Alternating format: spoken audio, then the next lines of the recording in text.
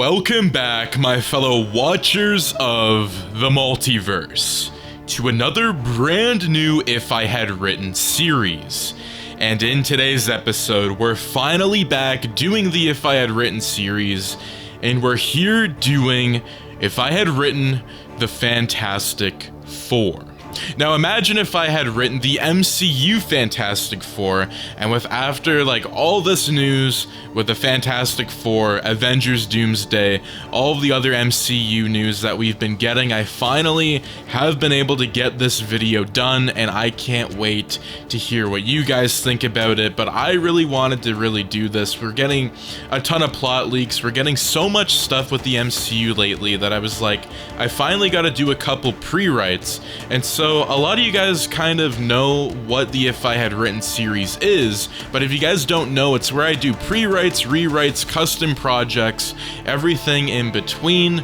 Now, I ended up doing something a long time ago. It was my own version of the Kang Dynasty, and then I did Secret Wars, and so I'm kind of redoing that with the Fantastic Four, and then I'm gonna do a continuation with Avengers Doomsday. So I'm going to be setting up Doctor Doom within the storyline and kind of putting my own theories and everything into this video.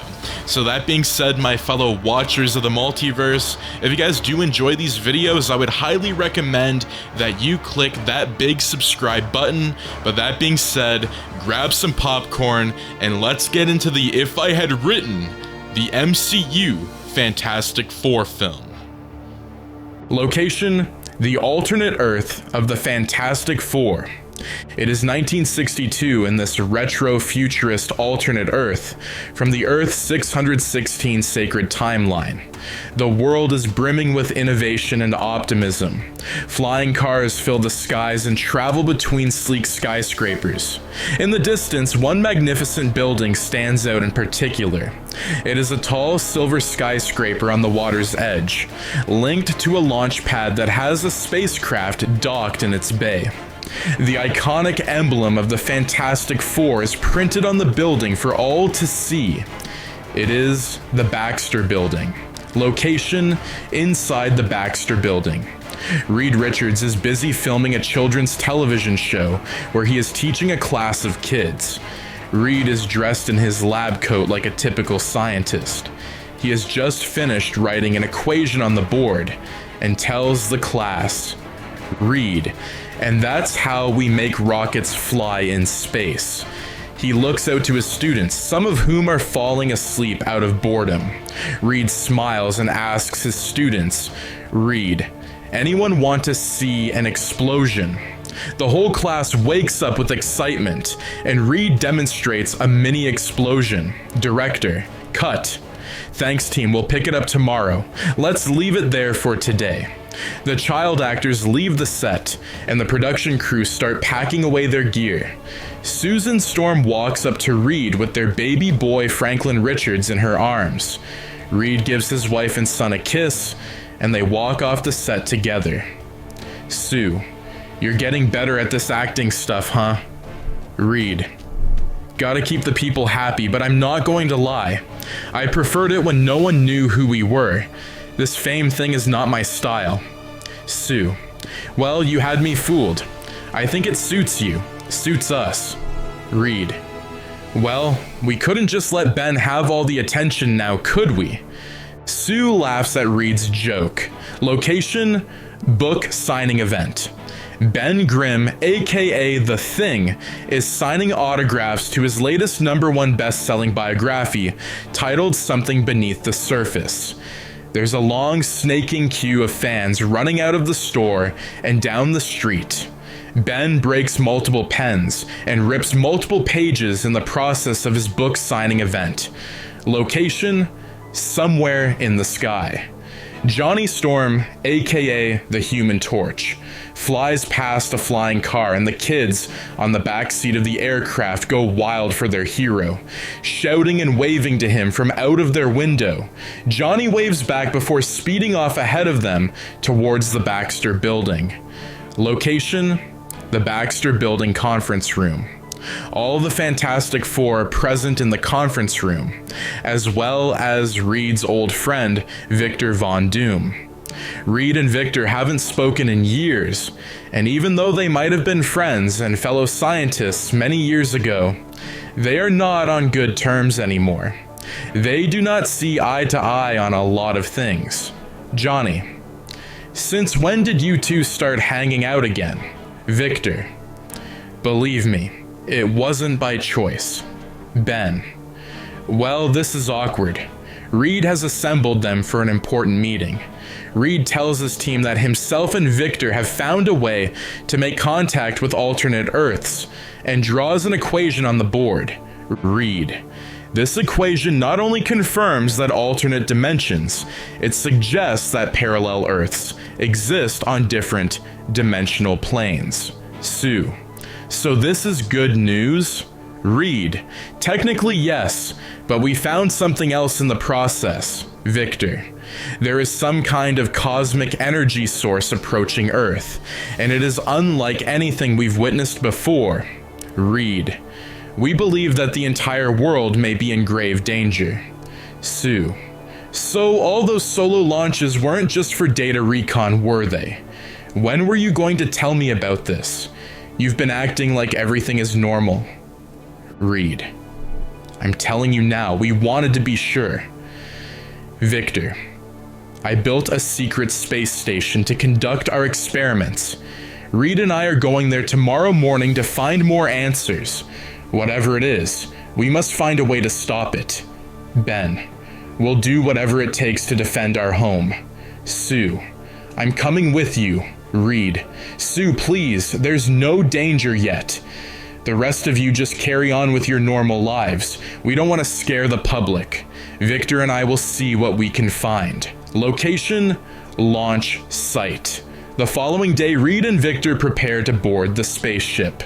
They're gearing up into their spacesuits. Reed: I'm sorry it's been so long, Vic, but I'm glad we are doing this together.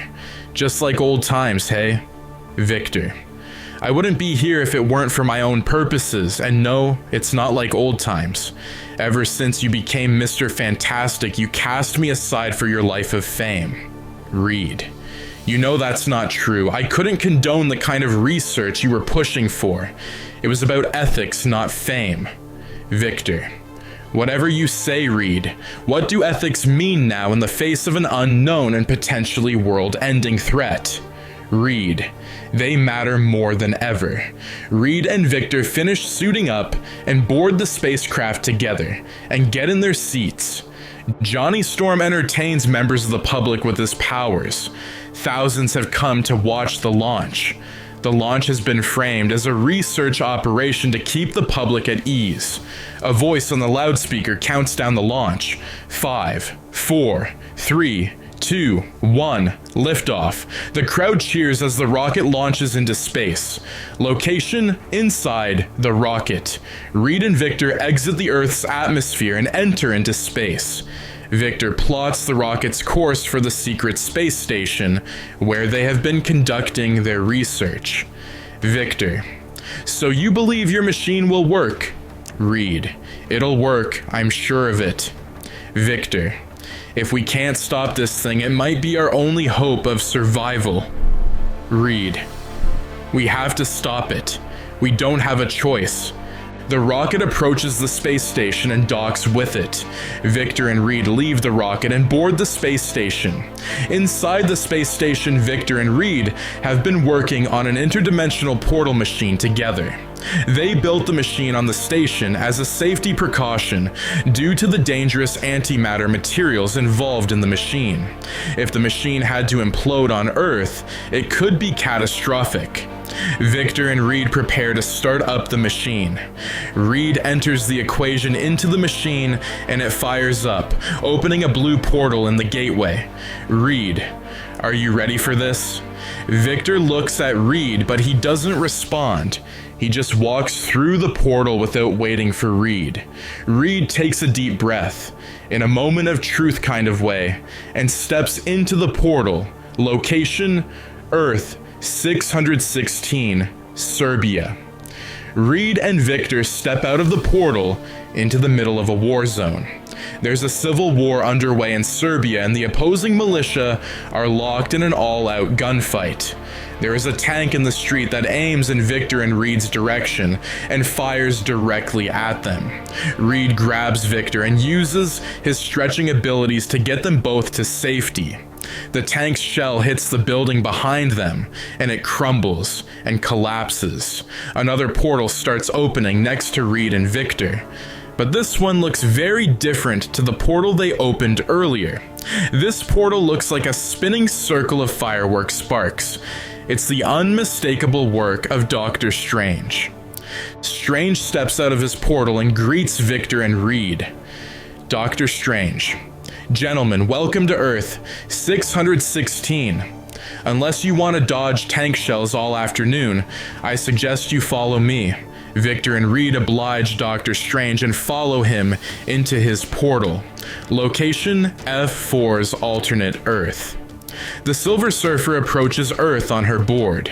She hovers in space overlooking the planet for a moment before continuing her trajectory towards Earth.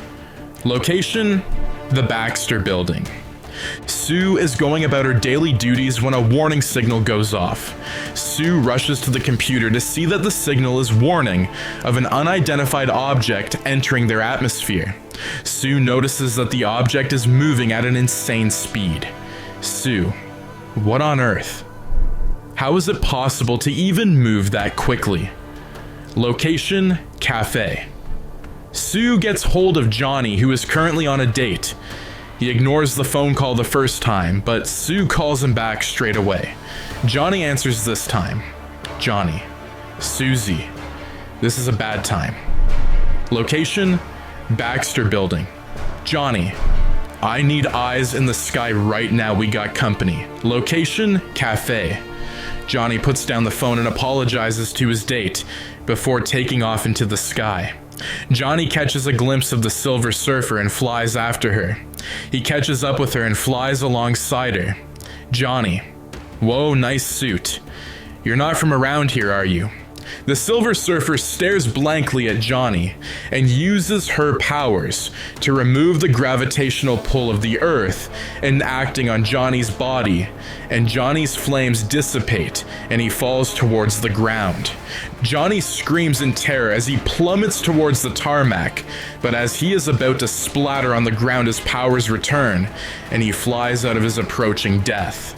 Johnny flies back after the Silver Surfer and catches up with her once more. Johnny: okay, don't do that again. I got enough of a fright the first time. Who are you and why is your board so cool? Man, that is dope. Silver Surfer: you cannot resist me. I have identified your world as an energy source for the great Galactus.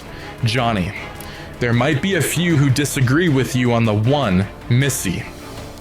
The Silver Surfer stops flying and grabs Johnny by the neck.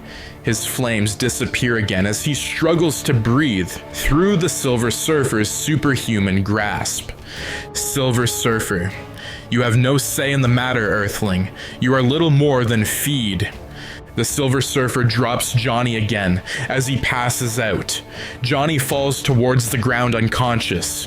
As he is about to hit the ground below, Sue catches him with a force field, saving his life in the process. Johnny wakes up. Sue: what is that thing? Johnny: I think she's God. Sue: Johnny, be serious. Johnny: I am. I felt her drain the power from my body with her mind. The Silver Surfer hovers above the street and stops in front of Sue and Johnny. Silver Surfer: are you the custodians of this world? Sue: you could say that. Silver Surfer: your world is dying. In 3,867 years, your galaxy will collapse, destroying your planet with it. For this reason, you have been chosen as an energy source for my all-powerful ruler, Galactus. Sue: don't you think that's a little premature? 3,867 years is a long time from now. Silver Surfer: for you, perhaps. Galactus is older than time, and he must feed to survive. Sue: Well, I'm gonna have to politely decline with you there. Silver Surfer.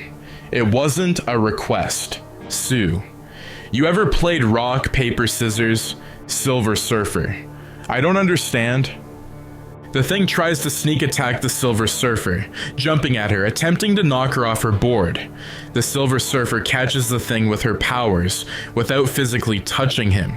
She keeps the thing levitating in midair, before throwing him into the street and burying him hundreds of meters into the Earth's surface. Location: Doctor Strange's Sanctum. Wong greets Richards and Doom as they enter the Sanctum through the portal. Doctor Strange invites them to sit down and starts lecturing them. Doctor Strange. When someone opens a portal in my timeline, I tend to know about it. It's kind of my job. I get the feeling that both of you are smart enough to understand the dangers of interdimensional travel. So I only have one question. What do you want with Earth? 616. Victor. Who the hell are you? Doctor Strange. I'm the one who's asking the questions around here. Reed. We're scientists from an alternate Earth to yours. We developed a theory that interdimensional plans not only existed, but that there were alternate Earths too. We built a machine that would enable us to travel to these alternate realities. It's still in the early stages, our navigation is pretty blind. We haven't quite figured out how to pinpoint our travel just yet. Doctor Strange. Well, I can't blame your pursuit of knowledge, but you ought to be more careful. Victor. We don't have time for caution. Doctor Strange. You're a little uptight, aren't you? You remind me of someone, actually. Not only in attitude, but appearance too. Victor. He must be very handsome. Doctor Strange. He definitely thinks so. Reed. Our world is in danger. Something is coming. Something big. We've been watching it for some time now. We thought it might take a different course, but we're sure now that it's headed straight for us. Doctor Strange. You don't know which Earth you're from, right? Victor. No. Doctor Strange steals a strand of Victor's hair, provoking Victor's already brewing dissatisfaction. Doctor Strange uses the strand of hair to cast a spell that tells him which dimension they are from. The spell manifests itself in a visual network of timelines that look like roots weaving between one another. Reed and Victor's timeline is highlighted in gold, and we can see that the timeline abruptly ends and turns red. Doctor Strange looks at Victor with intrigue. Victor. What are you staring at, wizard? Doctor Strange. It seems you are an anchor being, which is starting to make a lot of sense now. Victor. Which means what? Doctor Strange. Anchor beings are individuals who are essential to the survival of their respective universes. Doctor Strange looks deeper into the causes for the ending of their timeline. Doctor Strange. It appears your timeline has been decaying for some time now, and that your timeline will come to an abrupt end in a matter of days. Reed. Days. Doctor Strange. There are cosmic beings out there traveling through the multiverse that feed off of the energy of dying worlds. I fear one of these forces may be after yours. I'm not sure what else could have the power to end an entire universe so quickly. Reed. How do we stop it? Doctor Strange. It hasn't been done. Victor. So you're saying that this happens to other universes all the time and you do nothing to stop it? Doctor Strange. I am the protector of my own timeline. I cannot change what I cannot control. Victor. How convenient for you. Doctor Strange. It might be thought of as a multiversal balancing mechanism. Victor. Easy for you to say until it's your universe facing impending doom. Come on, Reed. Let's get out of here. This, guys, is a waste of time. Doctor Strange. I'm sorry I couldn't be of more service to you, but I cannot meddle in the mechanics of the multiverse when it has already been decided what fate shall befall your world. Reed pulls out his portal gun and starts plotting the coordinates for their journey home. Doctor Strange watches Reed as he types away at his device. Becoming impatient, Doctor Strange opens a portal directly back to their spacecraft. Reed thanks Doctor Strange for the info and walks through the portal. Victor stares at Doctor Strange with a deathly animosity and then reluctantly uses the portal. Location F4's alternate Earth. Victor and Reed arrive back in their home world to find chaos erupting in the street as the Silver Surfer throws Sue, Johnny, and Ben around like playthings while they try to subdue her. Silver Surfer, your attempts are futile. I have been endowed by Galactus with the power cosmic. There is nothing that you can do to prevent what has already been set in motion. Reed runs up to Sue, who has been thrown through a cafe window. Reed, Sue, are you okay? Sue, do I look okay? Reed helps his wife to her feet and then walks up to the Silver Surfer. Reed, hey, let's talk? Silver Surfer, talking will not change your predicament. My beacon has already been set purely by my being here, for I am the charter of Galactus's course. Where I go, he follows. There is no stopping him now. Reed, I understand our world is dying, but there must be another way. Silver Surfer, Galactus must feed just as you must feed to survive. Reed, but billions will die. Silver Surfer, your kind destroys billions of lives for your own sustenance. It is merely your turn to serve your greater cosmic role. Reed, well, we won't go down without a fight. Silver Surfer, your will is strong, but it is misleading. You are no match. Reed tries to grapple the Silver Surfer with his stretching abilities, but she shoots him with some kind of cosmic blast. The blast sends Reed hurtling down the street like a ball of tumbleweed in the desert wind. Sue gets the idea to trap the Silver Surfer in a force field. Sue closes the force field around the Silver Surfer, and suddenly, she grabs her head in anguish. It's as if Sue's force field is causing the Silver Surfer to hear a million voices at once in her head. It's the voices of all the lost souls that have been devoured by Galactus. One voice stands out among the cries of the forgotten. It is the voice of Galactus. A deep and controlling voice, commanding the Silver Surfer to obey and serve. Galactus's voice dominates the symphony of screams. The Silver Surfer fights against Sue's force field. It seems that somehow the force field has reawakened the Silver Surfer's subconscious, the part of her that once was. The voices stop, and the Silver Surfer falls to her knees. If she was able to cry, perhaps you might see a tear run down her cheek. Years of pain and subdued suffering visibly ache through the Silver Surfer's being.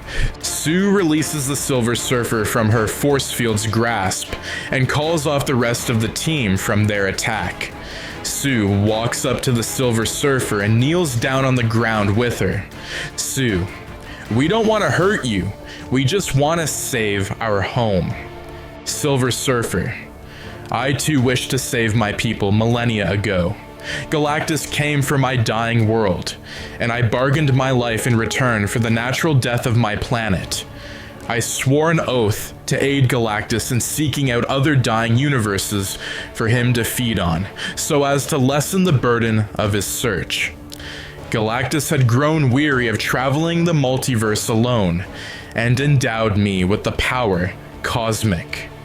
Now, I surf the cosmos, existing only as the guide for the executioner of worlds.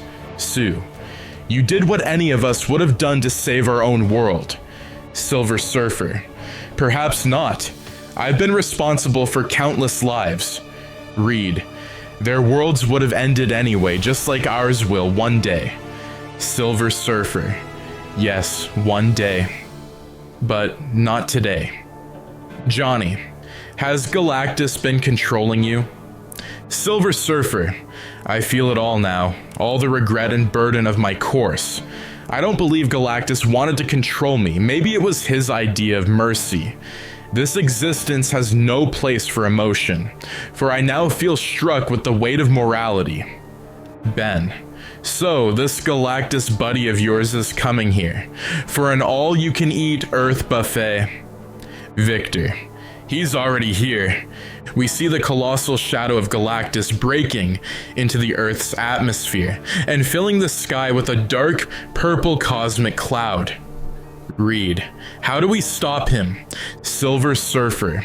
There is a weapon on Galactus' ship, Ta-2, that will be our only hope. It is known as the ultimate nullifier. Victor. I'll go. Where is this ship? Silver Surfer. Know this, the nullifier may only be wielded by the strongest of minds, and it will most likely destroy the user along with its target. Victor. Send me there now, I will retrieve it while you keep him busy.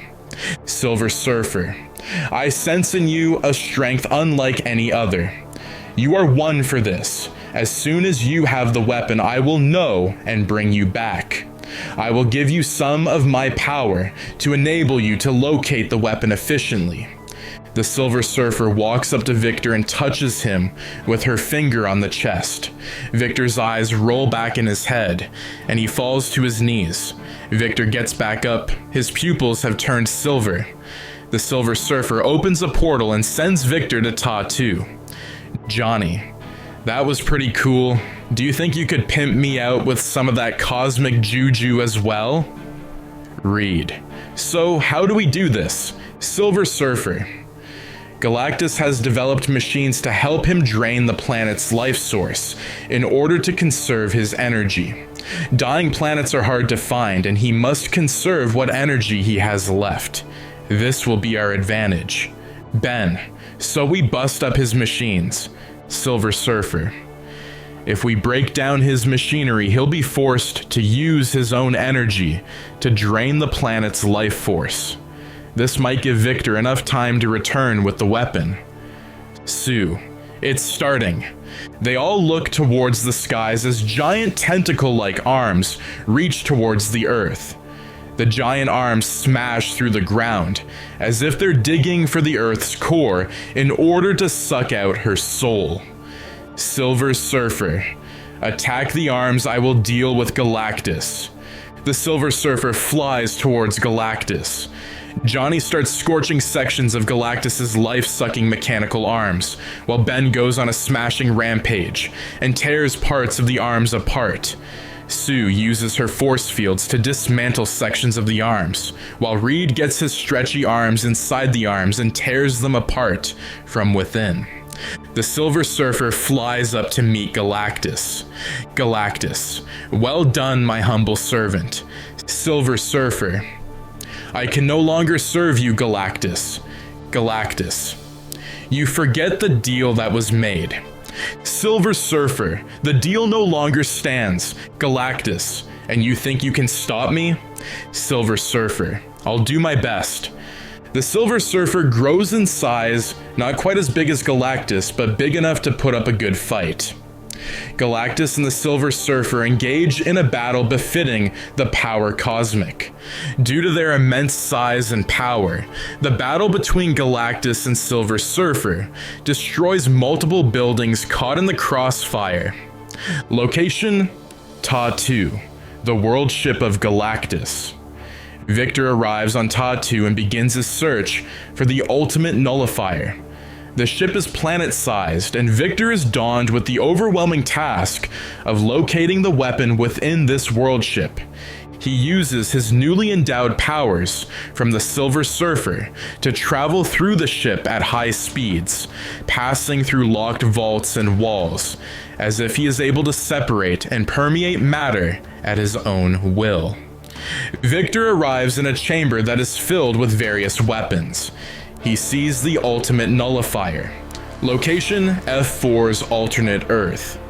The Fantastic Four work as a team to save civilians from the collapsing buildings and surrounding chaos and destruction caused by the battle between the Silver Surfer and Galactus.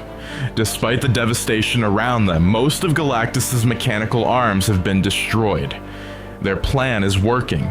Galactus sees this and decides to take matters into his own hands. He unleashes his rage on the Silver Surfer and starts absorbing the power cosmic that he had once given her all those eons ago. The Silver Surfer is shrinking and losing power by the second. Reed sees this and believes that there is no hope left of survival for them, and that Victor will not return in time.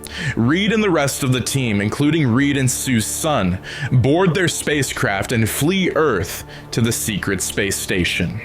The Silver Surfer holds on for as long as possible until she has almost no power or energy left to withstand the draining force of Galactus's power.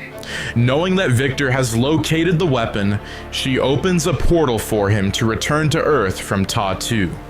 Location: Space Station. From the viewing deck of the space station, the Fantastic Four watch as Galactus's destruction spreads across the Earth's surface. Reed gives up all hope and starts up the portal machine to Earth. 616. The portal opens, and they all leave their world behind them for good. Location: SF4's alternate Earth. Galactus sucks the final ounces of power and life from the Silver Surfer's body, and she shatters into pieces. She is able to hold the portal open long enough for Victor to return to Earth. Victor looks up at Galactus and points the nullifier at the cosmic enemy. The nullifier is a small handheld device that looks similar to a handgun of sorts. Victor stills and focuses his mind and points the weapon at Galactus. Galactus: no, it cannot be. Victor fires the weapon and slowly Galactus begins to dematerialize into nothingness. The power of the nullifier is tearing Victor's flesh from his face at the same time. Victor screams but holds on for dear life until Galactus has been completely nullified. The weapon does its job and Galactus has been destroyed. Victor falls to the ground. His face is unrecognizable from the toll of the weapon. We do not know if he is alive or dead. Location: Earth. 616. The Fantastic Four are shivering as their portal has dropped them somewhere in Antarctica. Doctor Strange comes to their aid and takes them back to his Sanctum through a portal. Location: Doctor Strange's Sanctum. The Fantastic Four and Doctor Strange investigates the fate of their timeline. Much to their surprise, it is still intact, and the threat of Galactus appears to have disappeared. Doctor Strange: your Earth is still alive, but barely. It is teetering on the point of destruction. Galactus didn't get to finish the job, but it seems he got close enough. There's something else. Sue: so we can't return? Doctor Strange: I wouldn't advise it. There's something else. Reed: what is it? Doctor Strange: your anchor being, he's still alive. Reed: Victor. And that is going to be it for today's If I Had Written the MCU Fantastic Four film, and that is going to be it. Let me know in the comments down below what you guys think of this video, and what did you think of giving Victor Von Doom his own character and build up. I really wanted to do something interesting that would then build up to Avengers Doomsday, because I didn't want to do a If I Had Written Avengers Doomsday until I had done the Fantastic Four film first, and then really built up these characters moving forward into Avengers Doomsday, and then a new version of Avengers Secret Wars that I will be doing later on. But again, thank you guys for tuning in, for liking the video. Like, it really just means a lot to me. A lot of this extra support that I've been seeing on the channel really goes a long way, and it just really means a lot to me. So that being said, thank you guys so much for subscribing, tuning into the video. But that being said, I will see you in the next If I Had Written episode, and I also do want to give a massive update on the If I Had Written The Amazing Spider-Man 5 through 10. That series will be coming out soon. A lot of you guys have been asking me when I'll be doing that series, but I do want to say, please be patient as these videos will be coming out soon. But again, thank you guys so much for tuning in, and I will see you in the next video. Take care and have a wonderful day. Peace out.